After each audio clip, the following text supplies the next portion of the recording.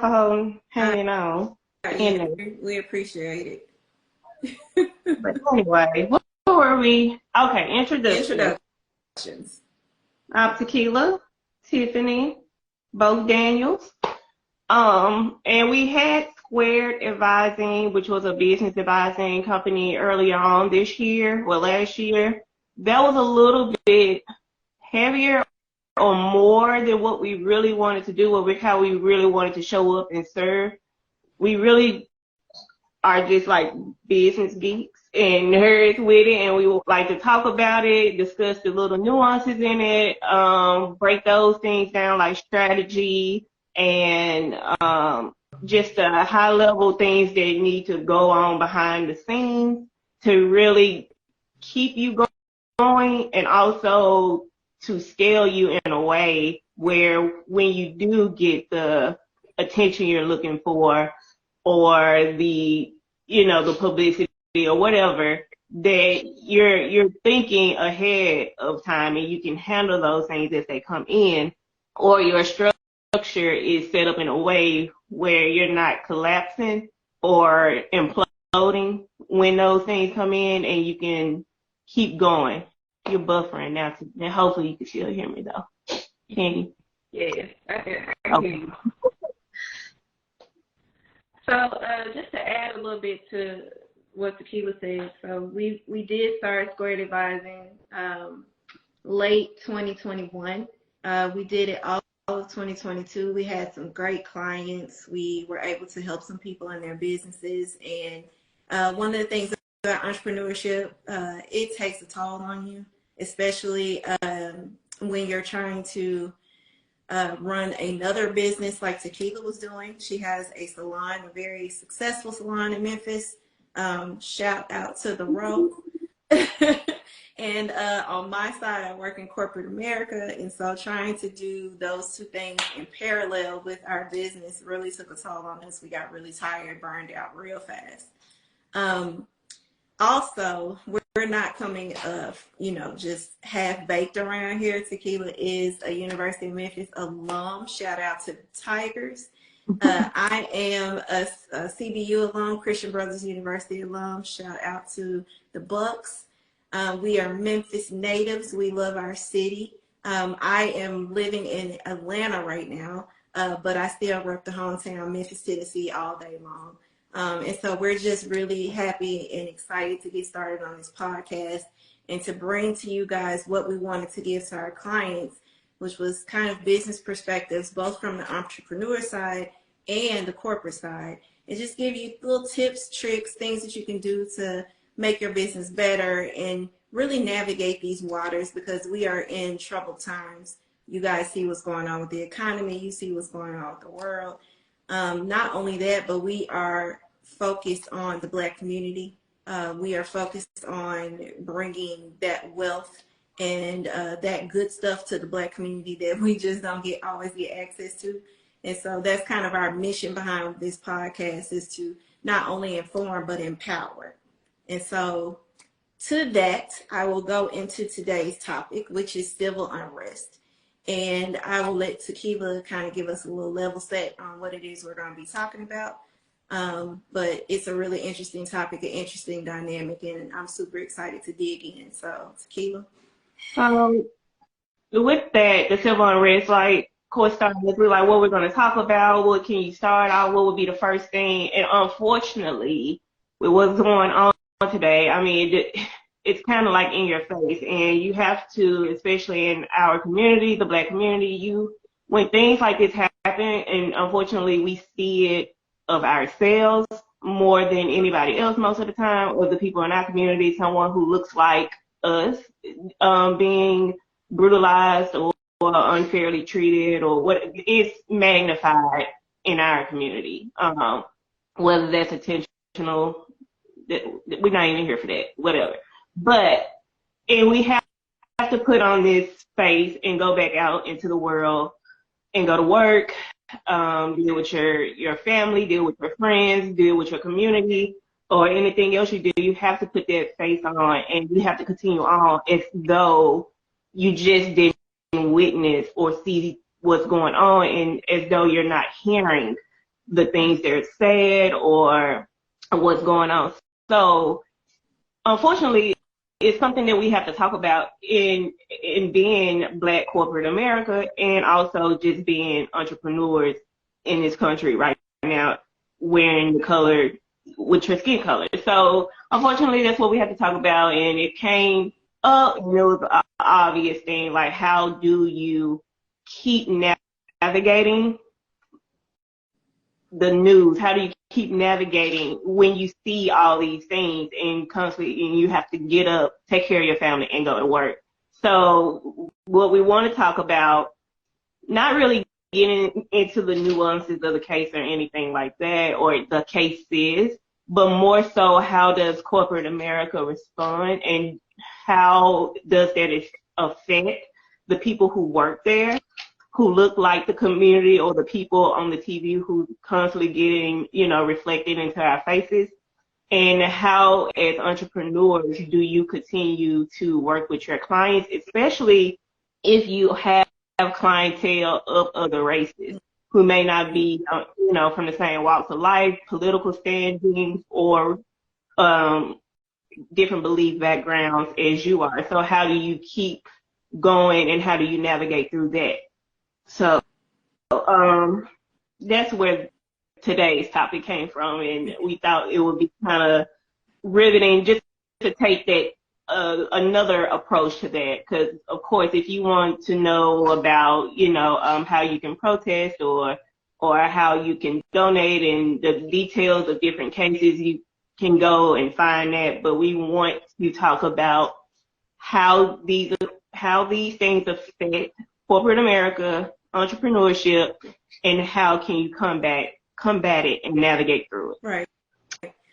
And just to level set, so I want to take a step back just to make sure everybody is on the same page. And if you have been living under a rock, then you would not know about the Tyree Nichols incident. And this is what we are talking about. We are specifically talking about the murder of Tyree Nichols that happened in Memphis, Tennessee. And just to give you a couple of facts that I found via internet search, on January 7th, I believe, was the date that Tyree was pulled over for a routine traffic stop, stopped by 5 officers in the Scorpion unit, part of Memphis Police Department.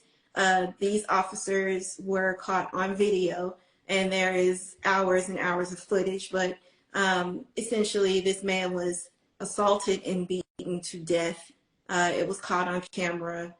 These officers have been held accountable. There are 5 police officers currently have been arrested. They're facing murder charges. There's 2 Shelby County sheriffs that will be looked into, along with 3 EMTs that are also being investigated for not treating Tyree in enough time, potentially costing him his life. 3 days later, Tyree Nichols did pass away from his injuries. The city is not only shook, the nation is shook. This made national news.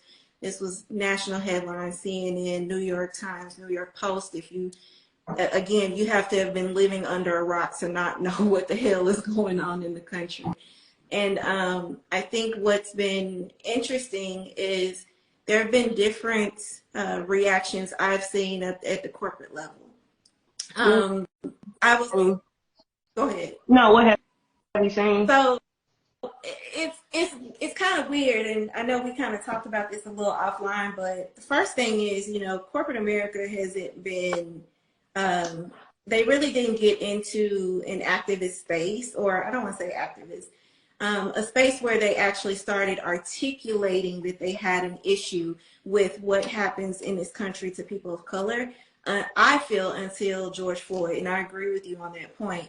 It really didn't become prevalent until they started talking about that, until George Floyd's death. Prior to that, I think corporations remain pretty radio silent and kind of hands off.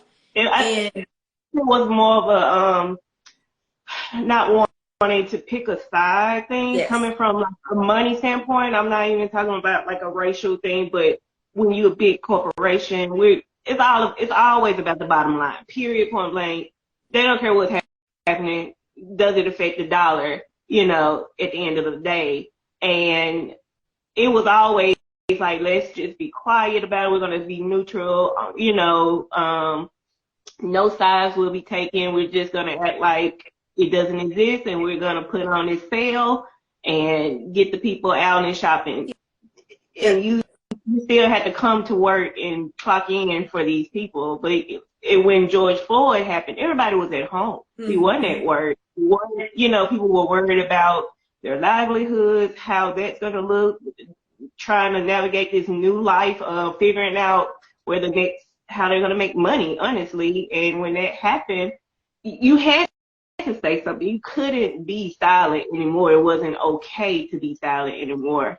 So I'm sorry. Go ahead.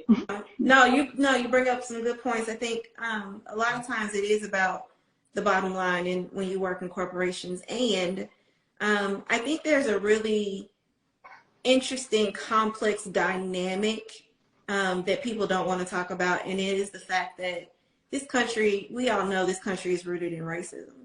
We all know this country, the very fabric of this country's existence is rooted in racism. And so all of the systems in place, whether it be government, corporate, politics, legislation, all of it is rooted in rules, regulations, policies, laws that were created not for people of color, not for Black people.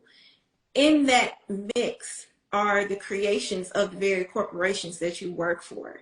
So they themselves have a systemic issue because they have started their businesses within the country who has this systemic issues. It's not easy for corporations to segregate the two. And I think a lot of times we miss that point when we're in corporate America. We think some of the fluffy stuff they do is cute. Like, yes, you have affinity groups and ERGs, and that's great. And I can talk to other Black people and feel a part of that. And yes, you're making statements, but what are you doing to really affect real change in how your organization is structured? And it's difficult to navigate that, and it's difficult to identify those opportunities because of the systemic things that happen in this country. And we're talking about all the way down to politics, laws, things that impact how corporations actually thrive and work. I mean, their taxes, the things that they pay for, the people they employ, the hiring laws, but all of that stuff is rooted in some kind of racial issue. Yeah. And so corporations have a very hard time balancing the two, trying to figure out what is going to be impactful and what's going to be hurtful. Yeah. And unfortunately, I mean, honestly, that's pretty much every entity here. But we're going to focus on businesses. We're going to focus on businesses so we don't go chasing rabbits or whatever. Yeah.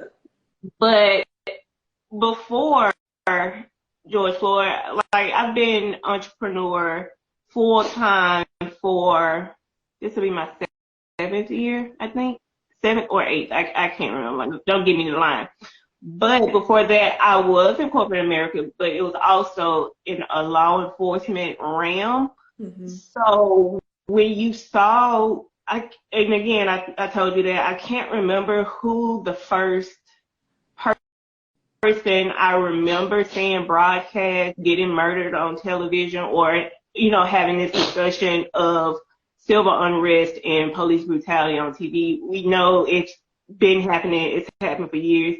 But I was also a child. I was also young, and this is one of my bigger jobs, or, more grown up jobs. And I was at an age where I'm voting and paying bills and living on my own. So more socially aware than what I would have been in high school, middle school, all that stuff. Yeah. So I want to say it was Garner, but I could be lying.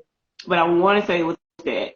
But also the response I would get there, because this is a law enforcement environment, it wasn't for the victim, you know what I mean? It was what the law enforcement would have to do. Like, you got to make sure you make it home at night. And, there was always the rhetoric. Oh, they have their people, of course. You got to make sure you make it home at night. Got you. But also that citizen wanted to make it home too. And there is a level of responsibility a higher level of responsibility over the people who are looking out or policing or governing the neighborhoods and communities. Yep.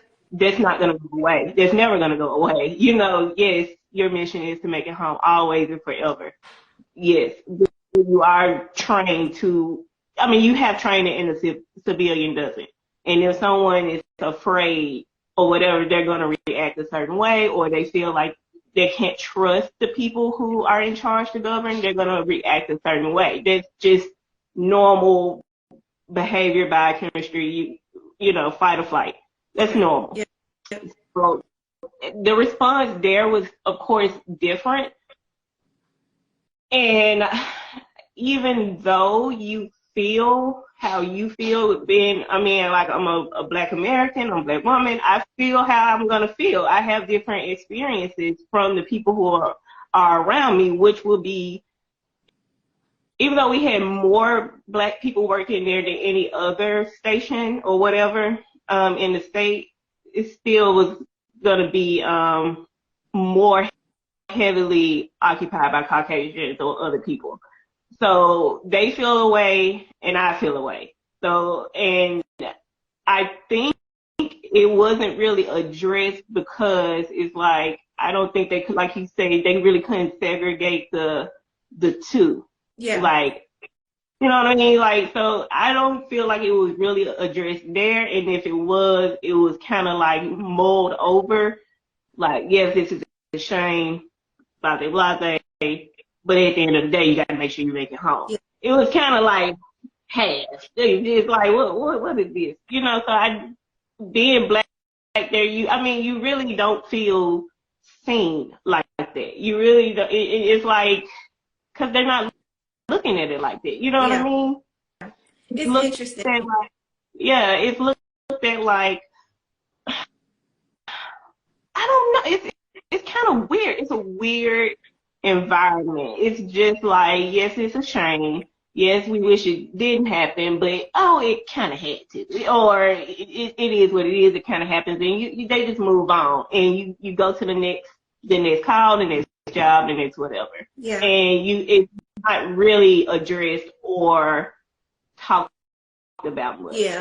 And now after George Floyd, I feel like they're doing things in corporate America. But again, like you said, it's just like a PR kind of thing. Like, let's make sure we cover our tails. That way nobody can say anything or say that we didn't do this or whatever. So I'm not sure if the workers in corporate America I'm not sure if they still feel seen. I'm not sure if they feel seen or they're getting that solace from that.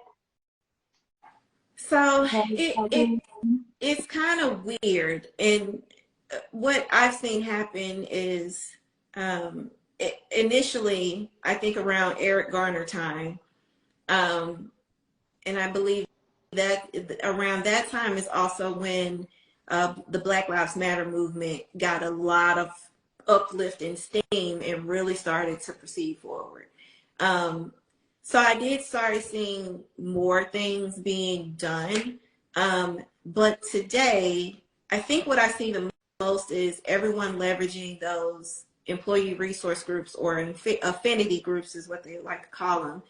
And it's basically a space within corporate where, like, let's say I'm part of the African American group, which I am. When I go into that space, there's like a chat or, Slack or Teams or something. You go into that space and you just talk. And there is a space for you to talk to your peers about what's going on, how you feel. And it's a comfort within that area because you're talking to people that look like you and understand what you're going through. Yeah. But it's almost effective in a vacuum because you're in that bubble and you're having this dialogue with people who understand, but you still feel like there's a gap in between getting the rest of corporate to kind of understand what you're going through, what you see. And I think the message across the board from most corporate organizations, and I don't want to speak for all of them, but what I've seen is, this is unfortunate. Take care of your mental health. Yeah. Has been the new message to Black employees when things of this nature happen. But I'm going to make an analogy, and I hope it's not too disrespectful for some people or whatever, but we're living in times they're better than what our ancestors faced, but nothing systemically has really changed. Think about our ancestors who were slaves. They could have seen their family member, their friend, their whoever get lynched the day before, and they got to go back out into the fields and work the next day. There is no mental processing. There is no emotional processing. There is no really true mourning time. There is go back to work. And that's kind of how the system is still today. It's, yes, that's unfortunate. Yes, it's traumatic and tragic. Yes, I'm sorry it happened, but clock in tomorrow. Yeah. And I was going to like,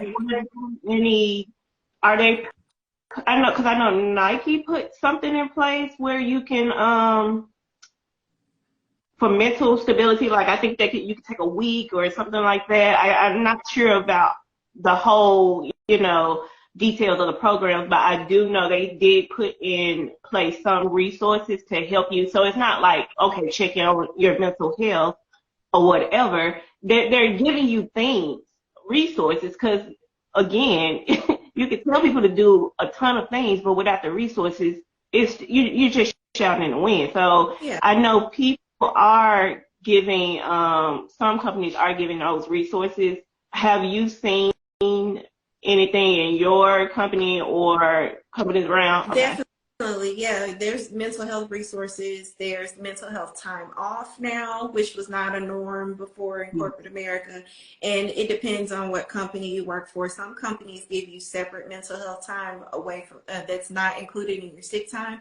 Some companies lump it all together and say this is sick/mental time. Take it as you need it. So I don't want to make it seem like corporations feel like you got to come in the next day. You're free to take your mental health days. And that's one of the things that I have, like some tips that I want to give to corporate, employees on how to navigate this. But you absolutely have the right to use your time the way you want to use it. So if you are traumatized by the things that have happened and you really can't focus or cannot get to a mental space where you're okay to work, take the day. Who is going to stop? It's your day. You worked for it. You earned it. Take the damn day and do whatever it is that you need to do to get back in the space. I think what I'm more so saying is there's nothing specifically geared towards, like, I haven't seen anywhere where anyone has brought in a resource to say, hey, we have, we're going to do a fireside chat with a therapist who can talk about, help you navigate through this issue, like literally done on corporate time. I haven't seen anything of that nature. And it would be great if we did see something like that, because everything that's going on in this country that affects us, we're a resilient people anyway, but there's no reason why we should have to being resilient. There's no reason why we should have to figure out how to navigate this stuff on our own. Because at the beginning of the year, as an entrepreneur, of course, we don't have, these policies or whatever in place, and you're 100% accountable for your own mental health, your own wellness, and everything. So I know I took, at the beginning of the year, we usually take off anyway or like go on vacation at the beginning of the year, but we didn't do that. But I still took the days off, the week off, really, because I just wasn't mentally okay. Yeah. And being an entrepreneur, it may be hard because if you're not working and you're not earning, or if you know what I'm saying, or that's how you feel anyway, especially if you are the business, you are the brand, like, especially if you're not set up in a way where if you're not there, you're still earning. Yeah. You feel like you can't walk away. You feel like you can't put that time in for yourself, and especially put that time in for yourself and go spend money somewhere else. Like, we're doing way too much now. So, but that was still needed, and you still have to take some time back, like reflect, like, am I okay? Yeah. And I had to be honest with myself, and I'm like, no, I'm not okay. And it wasn't necessarily for the Tyree Nichols thing or just civil unrest in general, but it's just a culmination of everything, Right. of just life itself, things in the news, financials, just because, again, if you live here in America, we are in an inflation, you about to hit well, probably are in a recession. Are we officially in one? I think so. Not that I've heard of, but you feel it. It's up in the air because I think there are some positive things that are going on. The markets are starting to cool off a little bit, but we are waiting on what the Fed's going to do with the interest rate, and I think that's the determining factor on what's going to happen with that. Yeah, if we're in recession or not officially. But it's just with all of those things, and I'm like, yeah, I'm kind of tired of struggling and fighting for my life every day. Like you were saying, like, this shouldn't have to be. I know you shouldn't have to, you're not supposed to should, but you shouldn't have to figure out how to navigate all these things, or it shouldn't feel so hidden and tucked away. Like you literally have to go scrambling through things to find what you need to be okay. And I feel like that's what was going on. Like you constantly have to read and be looking and this and that, and it's like, why aren't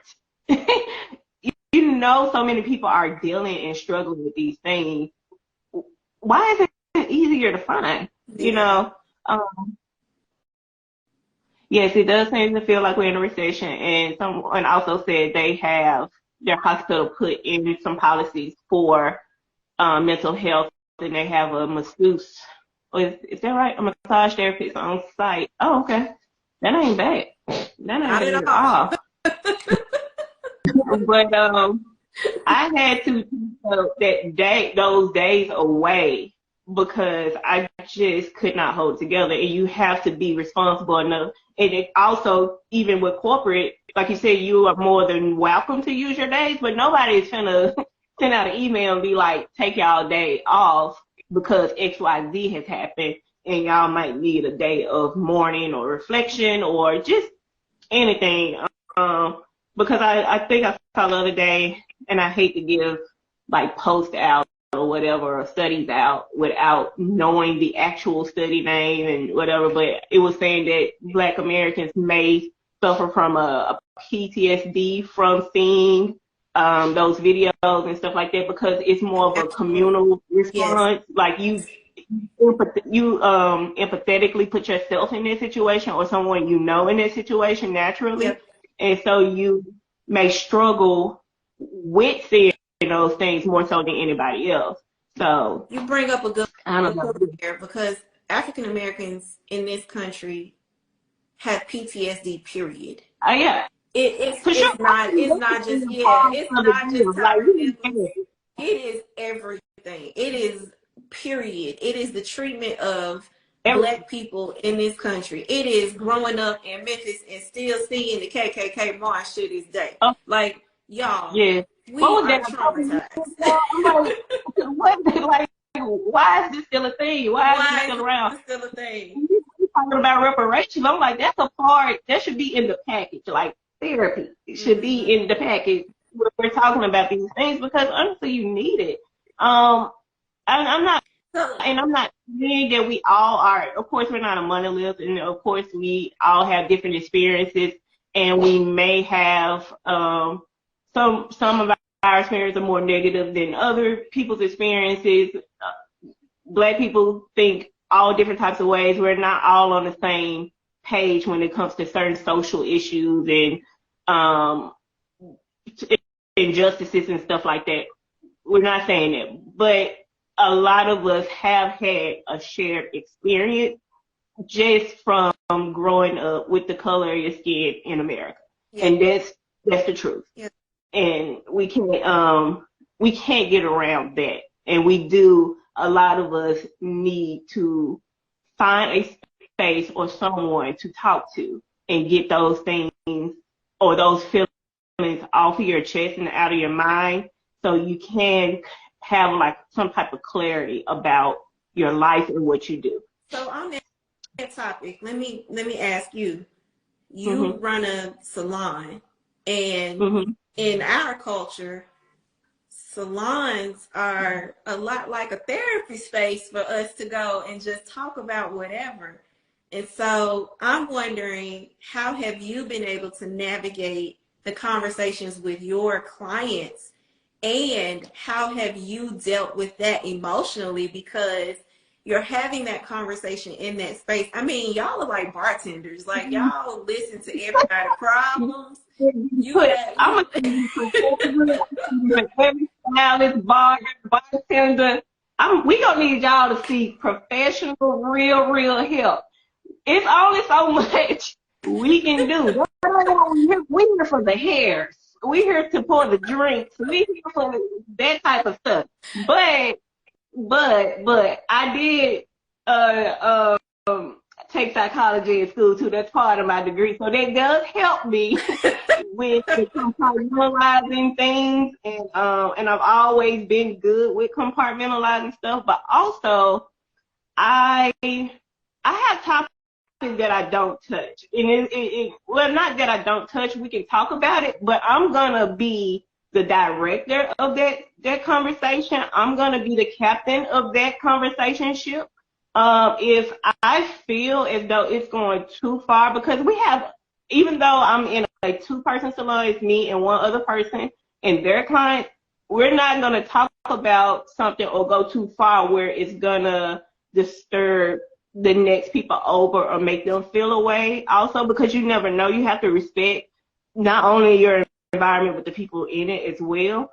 So we can talk about it, and if it's too sensitive or too like, I don't know, I'm gonna shut it down. Like, okay, so we ain't gonna talk about that. Or it's a way of going up. I'm trying to think. Some people I can be way more direct with, which I am direct with my clients anyway, because again, that's your space. You have to control that atmosphere, and I'm big on controlling that atmosphere. Like, if you're in my chair, I'm spending time with you. I'm going to be spending at least an hour and a half, so you can't be there draining me, Yeah.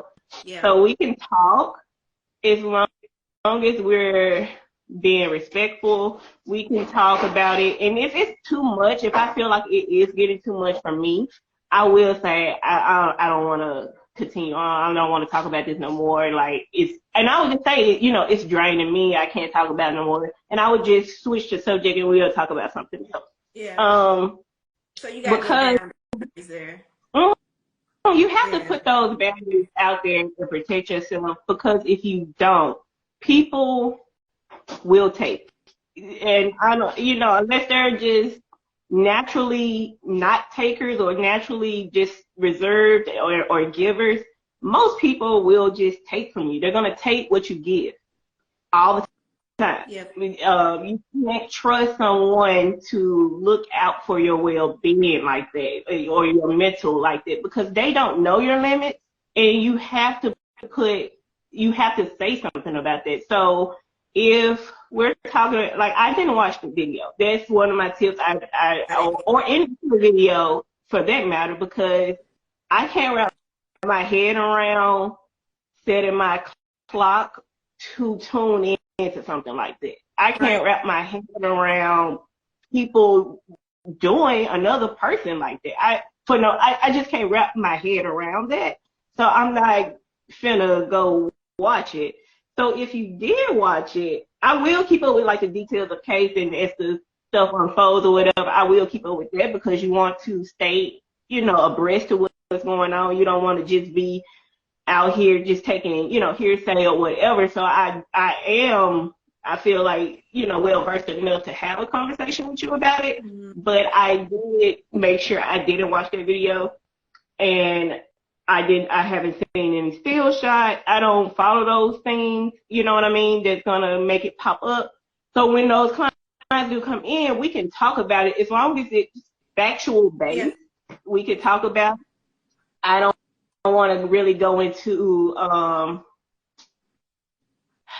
like opinions, and I don't really like to go into how you're feeling, not like how you're feeling about it, but what you think it stems from. You know what I'm saying? I don't want to really have those really deep conversations about those things where it's really draining. Does that make sense? Yeah. Okay. So that's kind of how I do it. We can talk about the facts. We can talk about, the developments that's happening, and we can get into it a little bit. But as long as we're not going off on like some conspiracy theories on it, and one topic that threw me off was the guy who was like, it's the fault of single black mothers. Or, like, as long as we're not going to talk about that type of stuff, because that made me just like, I'm like, whoa, how did we get down this road? Like, that threw me completely off. Like, as long as we're not talking about it in such a way where it's nonsense, it's just nonsense, and we're taking away from the actual matter at hand, it's fine. Yeah. I think. Yeah, I agree. I didn't watch the video either, and I really couldn't bring myself to watch it because, one, I've seen enough. Like, I saw the video of Eric Garner. I saw George Floyd. I saw Philando Castile. I saw I think it was Freddie Gray. I've seen all of these different things. I don't want to see another black person lose their life like that. First of all. Secondly, it was extra hurtful because the officers were black, and it was extra hurtful for me to have to watch black officers doing that to another black man. So that was another reason why I couldn't bring myself to watch it is, and I know that there's a whole cultural aspect behind police culture. We won't even get into that. People want to say, yeah, and if I almost strangled somebody because somebody tried to bring up black on black crime, I was like, that's not what this is. Police culture is culture. It's not a thing. Crime is crime. Yeah, and most people exactly. Most people commit crime towards people who look like them. So we're not gonna go there. Right. If you think about black and black crime, I'm just gonna stop talking to you altogether. I'm gonna be like, oh, you slow. Yeah. Don't worry about it. I'm not even gonna continue on with this conversation because we're not gonna get anywhere in life with you saying silly stuff like that. Exactly. So yeah. But so I just couldn't bring myself to watch it because there was just so many. I'm just tired. As a citizen in the United States, I'm tired. As a black person in the United States, I am tired. I didn't want to watch it. But I do agree with tailoring the conversation to protect yourself emotionally because you really can go down rabbit holes having these conversations, and it's the same kind of thing in corporate, but you really have a little less, I don't want to say a little less control. You're exposed to more opinions than you want to be in corporate because your teams are not all you. They don't all look like you. Your teams are mixed culture, mixed background, and you have to find ways to navigate a space where people's opinions and thoughts don't always match up with yours. And whether it's, stupid rhetoric or not, those people think the way they think and they have the opinions that they have. And there's really not much you can say to, do anything about that. You can say your piece, but if people don't see it that way, they just don't see it that way. And I think that's a gap in this country that we often want to try and change someone's mind. And that is, it's pointless to do that. It's impossible, honestly. Yes. Because you don't change the person's mind. That person's experience changes that person's mind. That person has to want their mind to be changed. There's so many other things that have to be aligned and go right for them to be open to listen to you wholeheartedly without being defensive. That most people don't possess their toolkit just naturally off top. Right. And I'm like, yeah, that's why I'm like, yes, you have to find that person or that support group that's going to help you develop those toolkits in order for you to have meaningful conversations, actual conversations where you're not trying to change a person's mind. And I don't think we understand that enough with debates or open conversations. Yeah. you're having this communication, so I can say my piece, you can say your piece, and we can see middle grounds or like really communicate. A lot of adults really don't know how to do that. Mm-hmm. We don't know how to take someone else's viewpoints and instead of attacking or trying to change their mind, you just are who you are. You're saying what you need to say, and they are too. And we haven't developed those toolkits just yet. And I don't know where the breakdown of that comes in. That's not why we're here. But Right. yeah, And one that's of not my why we're here. tips for those of us in corporate is, and this has been hard for me, but I over the last couple of years I've gotten better at it. But initially it was really hard for me. In these spaces, it's okay to inform. However, as a Black person in America, as a Black person in corporate America, it is not your job to educate. Yes, I was about to say. I want to tell y'all that. I want to Yeah. tell y'all that so emphatically. It is not your job to educate your coworkers about what it is to what the Black experience in America is, what the history is, what the historical significance is. None of that is your job to go and tell your non-POC coworkers about.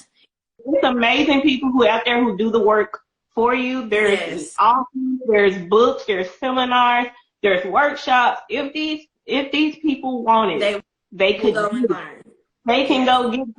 It's not a shortage of information. There's not a shortage of resources. The same way we got to scruffle and fight for our resources and find what we need to do what we need to do, they can go do the same thing. That is not up to you to educate somebody. Even as an entrepreneur, if you're working with people, and I know it's kind of weird sometimes. I know the Black community, we tend to stick inside of the Black community as well. And that's who you work with as well. You don't really work outside of your community. And I can only speak for, Black people, because I don't know everyone else. I don't have their experience. But I would think we tend to kind of, as entrepreneurs, stick within what you know, because it's right.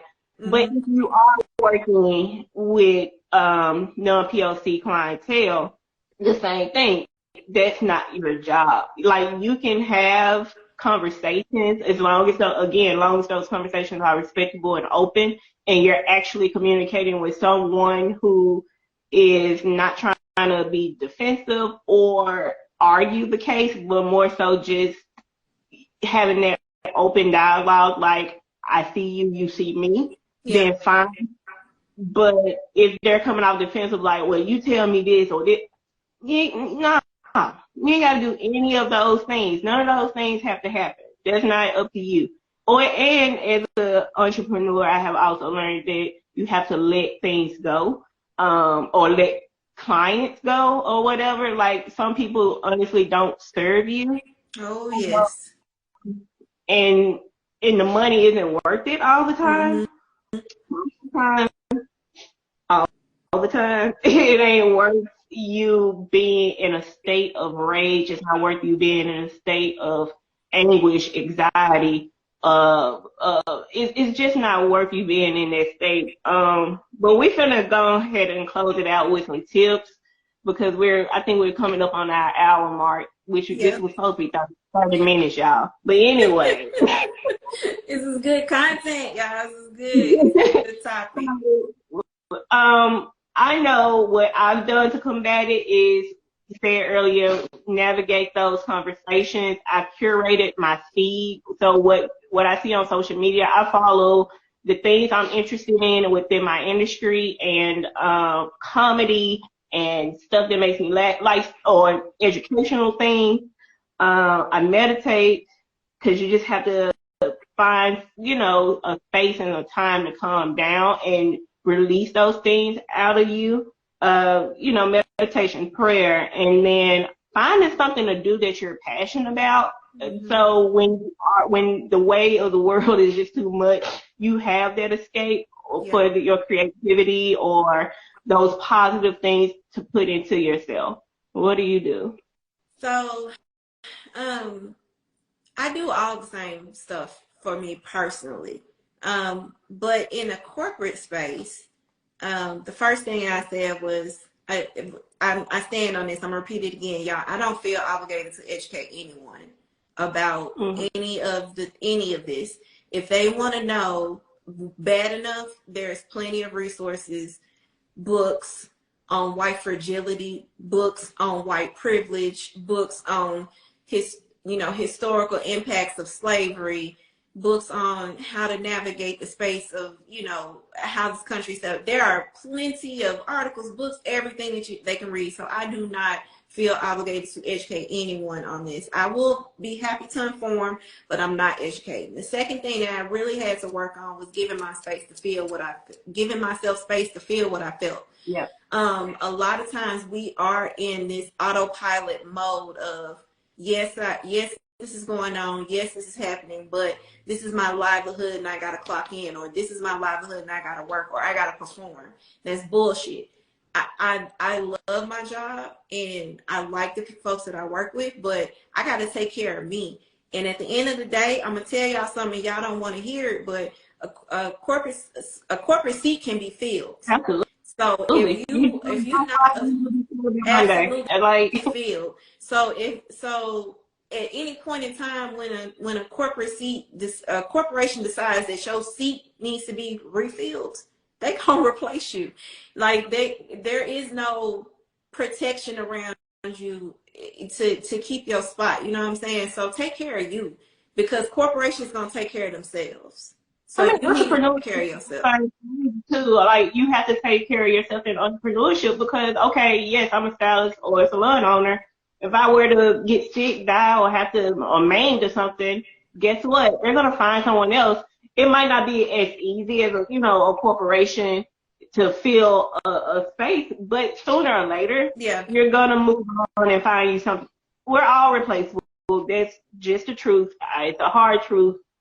They might not can do it the way you can, but someone can still do it. Yep. But that's just a part of it. So taking care of you is always the first rule. That's the main advice. I mean, even on a plane, if your plane has problems, you're going to take care of you first before you can help other people. Yeah. And to that, my third tip is, man, take your time off. Take your days. Like, for us that are, I know some folks probably don't, some people may not be salaried, they may be, part-time, whatever, they don't get vacation. I understand that. If you need to take off, take off. But for those of us who are full-time salaried employees and get vacation and sick leave, take your vacation and sick leave, period. Take your time. Like, there is no place on earth where anybody's going to tell you can't take time. And if they do, I suggest you make an EEOC call real quick, or get on the phone with HR and tell them that somebody's blocking you from taking your time. So if you feel that impacted by what's going on, take a day off. Take a mental break. Take the space. That's on entrepreneur side and on corporate. But if you get paid these days, you have paid days, take them. Tip number 4 is watch for the gaps. So there's affinity groups out there where you can have the space to talk about things, but just because there is a space to talk about things doesn't mean that you feel comfortable in that space to talk. Like, people create these affinity groups and these resources and everything, but then there are some spaces that are still within corporate where you don't feel comfortable having a conversation because you don't feel like it would be received. So watch out for those gaps and talk in the spaces where there's comfort in talking, and avoid the spaces that you feel a little weird about. Like, those spaces are going to be the ones that trigger debate, and don't get baited into a debate with other corporate workers who see things differently, because it's just going to stress you out more. Like, watch for those gaps. Get baited into a debate online. Like, social media is not the place for you to argue with somebody. I mean, not when the block button exists. Not when the mute exists. There's just no way. Right. And unfortunately, we just work in spaces where you know, I recently had this conversation with someone, and their response was, well, I don't live in that world. And it's true, they don't live in that world, and therefore they gloss over. They gloss over when stuff like this happens because that's not the life that they live. That's not their reality. And the truth is, we can't make them see it that way because it really is not their reality. That is not how they feel. Yeah. So don't even get wrapped up in that situation. And my last tip was, when you do find the spaces, if you do have coworkers who are willing to listen, learn, or whatever, if there's a space to have the conversation, have the conversation. Like, there's nothing wrong with talking about it and having the conversation, especially when there is a willingness to learn behind that. A lot of people, they're just, I remember one coworker a long time ago at a previous company that I worked for. I was just talking about growing up in Memphis and how, you know, one day we just happened to see KKK out and they were marching. And he was floored and was like, that's real? That happened? Really? Now, mind you, this guy lives on the West Coast. He lives in Oregon. And it's a totally different culture out there than it is in the South. And a lot of folks don't want to give that piece of that little tidbit a little bit of space too, is that culturally we have so many different cultures within this one country happening that it's totally I don't want to say acceptable, it's totally understandable that people live in a bubble, you know, and they really truly don't understand what it is to be a Black person living in the South, because they probably never been to the South. If they have, they came, they visit, they left. But they don't, they truly do not have the understanding of what it is to go through this civil unrest, Jim Crow, slave, you know, having ancestors that were slaves. They do not understand.